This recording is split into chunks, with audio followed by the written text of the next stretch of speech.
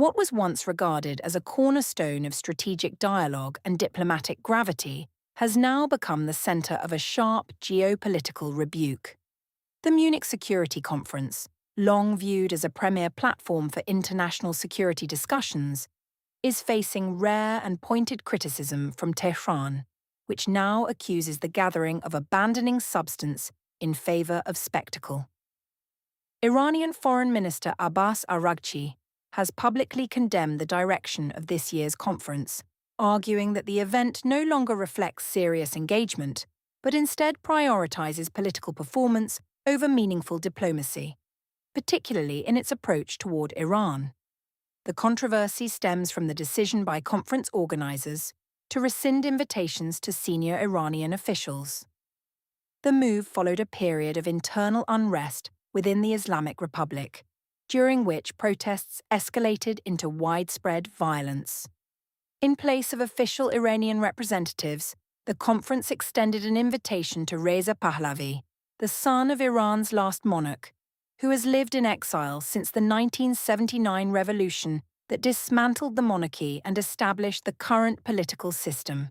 This shift marked a significant departure from the conference's historical emphasis on state-level dialogue. For Tehran, it represented not merely a diplomatic slight, but a broader signal that the forum had, in its view, crossed from engagement into overt political alignment. During his appearances at the conference and related events, Pahlavi openly urged Western governments to pursue regime change in Iran. He participated in public demonstrations, gave high-profile media interviews, and advocated for military action rather than diplomatic negotiations. These remarks drew immediate attention and condemnation from Iranian officials, who described the platforming of such positions as deeply destabilizing. From Tehran's perspective, allowing calls for external military intervention at a forum dedicated to global security undermines the very principles the conference claims to uphold. In a series of public statements, Araghchi argued that Europe's handling of Iran reflects a deeper strategic confusion. He suggested that the European Union no longer exerts meaningful influence in West Asia and has failed to adapt to shifting political realities within the region. According to the foreign minister, Europe's diminishing diplomatic relevance is especially evident in discussions surrounding Iran's nuclear program, an area where Tehran believes the bloc has become largely reactive rather than constructive. Tensions between Iran and the United States continue to loom over these developments. Washington is reportedly pressing Tehran to accept a revised nuclear agreement following the collapse of the original deal formerly known as the Joint Comprehensive Plan of Action. The agreement unraveled after then. President Donald Trump withdrew the United States from the accord during his first term, reinstating sweeping economic sanctions under a policy described as maximum pressure. The sanctions severely restricted Iran's access to global markets, exacerbating economic strain across the country. Iranian officials maintain that these long-term sanctions were a primary factor behind the economic decline that preceded last year's unrest. What began as demonstrations over economic conditions eventually spiraled into prolonged violence, resulting in thousands of deaths.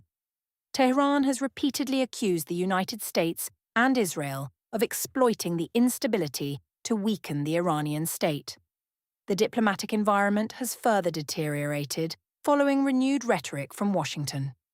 Earlier this week, Trump described regime change in Iran as a desirable outcome, a statement that reinforced Tehran's belief that Western policy has shifted decisively away from dialogue.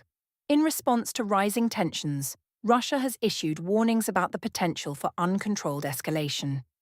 Moscow characterized the situation as volatile and urged all parties to pursue de-escalation through diplomatic channels rather than military confrontation. The unfolding dispute has placed the Munich Security Conference itself under scrutiny. Once praised for convening adversaries in the same room, the forum now faces questions about whether it can still serve as a neutral ground for dialogue in an increasingly polarized international system. For Iran, the message is clear. Exclusion of official voices combined with the promotion of exile-led calls for intervention represents a fundamental shift in how the West engages with the Islamic Republic. Whether this signals a broader transformation in European diplomatic strategy or a temporary deviation driven by political pressure remains to be seen. What is certain is that the debate surrounding this year's conference has extended far beyond Munich, echoing across capitals from Tehran to Washington and Moscow. As global tensions intensify, the future of multilateral security forums and their ability to foster genuine dialogue now hangs in the balance. If you found this analysis valuable, don't forget to like, subscribe, and share. More in-depth geopolitical coverage is on the way.